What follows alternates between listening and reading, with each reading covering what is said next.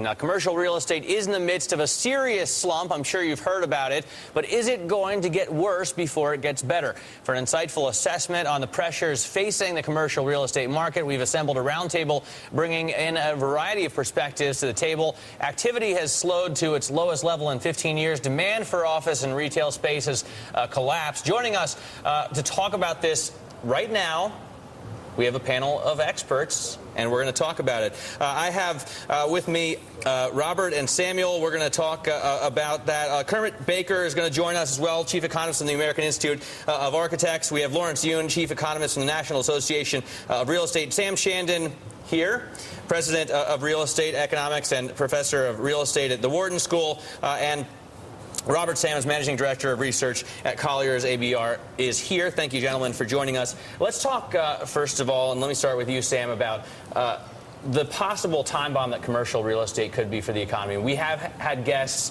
most guests come on and say we could be stabilizing this economy. It could be the time for the turnaround, but this could be the one thing that would really hinder us. An important thing to consider is that there are really two commercial real estate markets. One is the market for fundamentals. How is space performing? And that is a lagging indicator of what's going on in the economy. So we would not expect to see the decline in rents, the increases in vacancy rates, really to have run its course for a while until after the recession has ended. The bigger problem for us, and where I think people are really focusing on how this could be a challenge that has implications for the broader economy, is in terms of what's going on in the debt markets. There is a very, very large pool of commercial mortgages that have been originated over the last couple of years. We have over $200 billion of commercial mortgages that are going to mature before the end of 2009, and an even larger number next year. With the credit markets frozen, with the underwriting of many of those loans having been very poor, we're going to face a real challenge in keeping delinquency and default rates for commercial mortgages down and making sure that it doesn't impact the performance of the financial services sector. Robert, you're an expert on New York office leasing, for example. Right. What do you think you see as far as what's going on locally and what Sam is saying? I mean, do we see those problems here? Well, it's certainly opened up a little bit, both on the investment side and on the leasing side. You've seen a couple of buildings trade recently. That's good news. Finally, some opening in that market. 825 8th Avenue, for instance, Worldwide Plaza finally sold the last of the portfolio from Macklowe. That figure was just over $300 a square foot, I believe. What that's going to allow to happen is for them to finally begin to do deals at a lower price point. No longer will they have to get $80 or $90 or $100 a square foot for office space, which is impossible in this market anyway. They can do deals in the 30s or 40s or 50s now, which is going to help start to move the market. Lawrence, let me bring you in to this, Chief Economist, National Association of Real Estate here. What are you hearing about the picture nationwide? I mean, is it the same problem going on all over the place, or are there real pockets of problems the same way we see in the retail sector? Well, the investment activity has really come down. I mean, the level of investment activity in terms of transaction has fallen essentially about 80–90% from what it was at the peak 2 years ago. Some of the small properties are still moving where the financing can be done through the local banks or through seller financing, but the money that really requires commercial mortgage-backed security, that has essentially dried up. So it is really the credit problem. The fundamentals are worsening because of the weakening economy, but the credit problem is where the major concerns lie. All right, so that's interesting, Sam. What can we do about that? I mean, is the TALF program going to help? Is the Fed going to help out there? I think the TALF has not helped yet, because it was only announced in May that the first round of funding for CMBS would occur in June. We've had 2 rounds so far, June and July. The August round is actually scheduled for tomorrow. What we expect to see is that over the course of the next couple of months, some of the very large borrowers, like the institutional real estate investment trusts, are going to be able to take advantage of this program. But if we think about the other types of borrowers in the market who maybe are not organized as real estate investment trusts, who historically have relied upon bank lending as the primary source of credit when engaging in transactions, the potential for the TALF program in its expansion to CMBS to really support those people is very, very limited. So on the surface, it'll certainly improve conditions in that we'll be able to see some transaction activity, we'll be able to see some mortgages. Is it going to be be large enough in terms of its scope and scale that it'll improve the broader liquidity problems we face in commercial real estate? Probably not. And coming back to the Worldwide Plaza issue, I mean, this is a very good example. If you think about where that property transacted in 2007 and the price it transacted for now, certainly having that benchmark, as you suggested, is very, very helpful in terms of helping to spur new activity, new sales in the market. It allows us to think about a lower price point. But the problem we also have, if you took every property in the market that has leverage on it right now and marked it down to market by 60, 65%, almost every office property borrower in this country who leveraged their properties, who bought a property, who financed a property between 2006 and 2008 is going to find themselves underwater, and each of those mortgages faces the potential for default. Let me ask Robert, what do you see? Sam pointed out that there's a difference between real estate investors, right? You've got the organized real estate investors who can go and use the TALF program, possibly if it actually even works, and then you've got the guys who aren't. I mean, what's the split up look like? Well, you've got a wide range of investors just in New York alone. We're talking 445 million square feet of inventory in Manhattan from 62nd Street to the Battery. So you've got every type of owner possible in this market in particular. But really across the country, you have that same thing. I mean, San Francisco's having issues. Boston's having issues. Washington, just this week with Tishman Speyer, they're having issues. You're seeing some properties returned from those landlords, from those owners. And you're going to continue to see that. I think, though, there are a lot of properties, whether it be in Manhattan or any other city in the country, that aren't in such deep water at this point in time. You have a lot of properties owned by families that have been owned by families for years, and they're fine.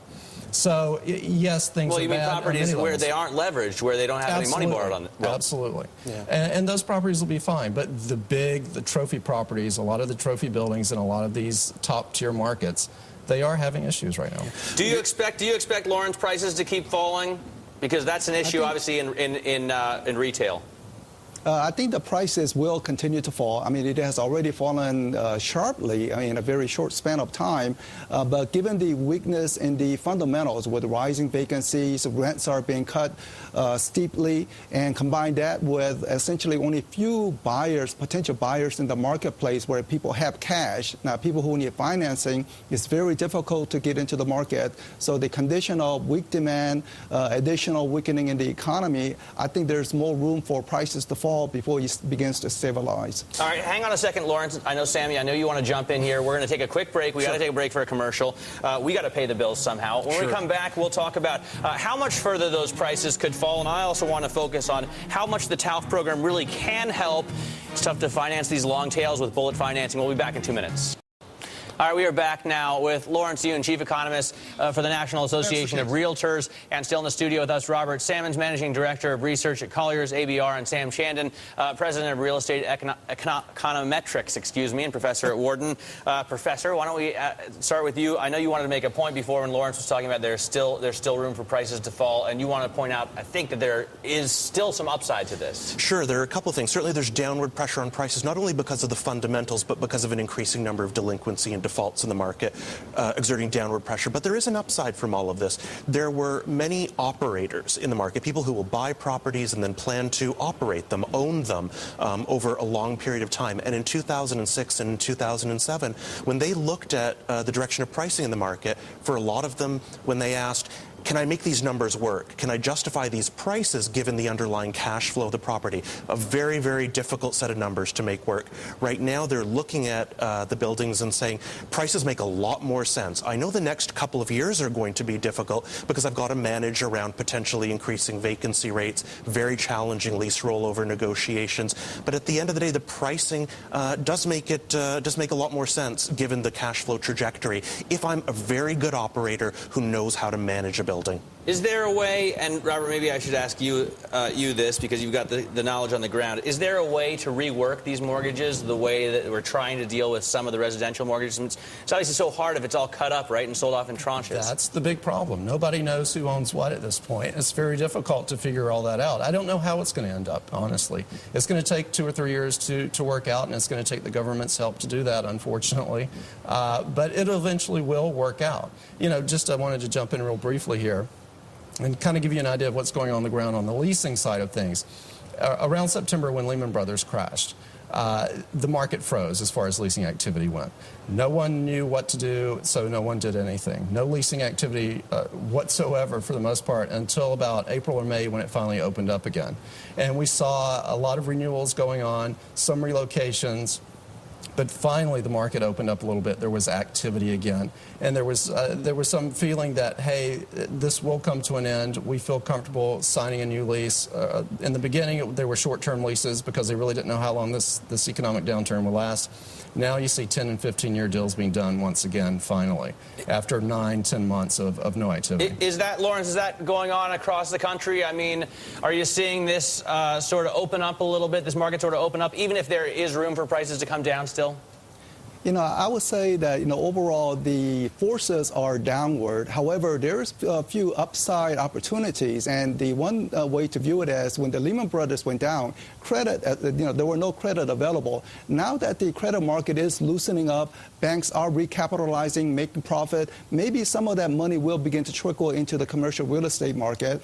The second upside opportunity is that, well, there could be some inflation anxiety over the next 2 years. Right now, we have no inflation at all, but over the next 2 years, there could be, given the federal budget pressures and also the massive amount of the liquidity that has been pumped into the system by the Federal Reserve. So if they are unable to mop that up cleanly, then we could see some inflation, and people would generally view a hedge towards inflation is to buy real estate. So there is some upside opportunities for some people. I think we have to be careful on that last point, though, with the potential for higher inflation. If the dominant challenge that we face in commercial real estate over the next couple of years is refinancing existing debt where the value of the properties has fallen, it's very difficult to make those loan-to-value ratios work, the debt service covers. Higher inflation also potentially implies higher renewal rates for the mortgages, the interest rates themselves. If interest rates are higher, the fundamental problem that we have in real estate right now actually becomes a more challenging one. It's a double-edged sword. Yeah. All right, Sam, thanks so much for joining us. Lawrence, I appreciate you coming to the show, too. Robert, thank you very much.